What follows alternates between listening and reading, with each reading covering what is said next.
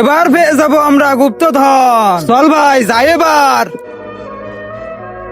হে বড় মানুষ, শোনো শোনো আমাদের কথা। হে বড় মানুষ, আমার ছেলেকে ওই গুহাতে বন্দি করে রেখেছে, জলদি ওকে বাঁচিয়ে নাও।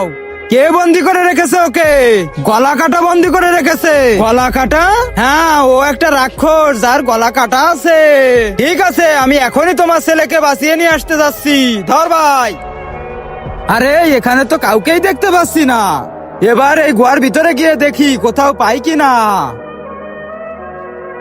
আরে হে বড় মানুষ, আমাকে বাঁচিয়ে নাও। তুমি চিন্তা করে না বাচ্চা, একে বাঁচাতে হলে তোমাকে আমার সাথে সোহাগরাত বানাতে হবে।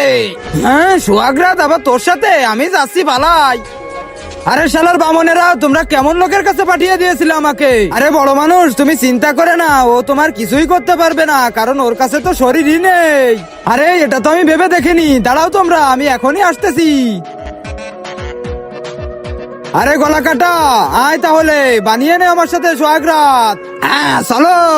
তার আগে যারা চ্যানেলটিকে সাবস্ক্রাইব করে দিবে তার মা বাবা যেন অনেকদিন বেঁচে থাকে, আর যারা ভিডিওতে লাইক কমেন্ট করবে তাদের মনের আশা যেন পূরণ হয়। কমেন্টে বলে যাও আই লাভ ইউ মা বাবা।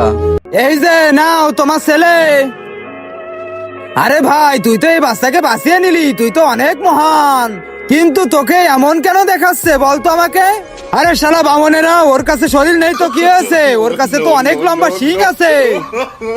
এর মানে তাহলে তোর, হ্যাঁ রে, ইয়া মাল শাস্তি পেয়েছে।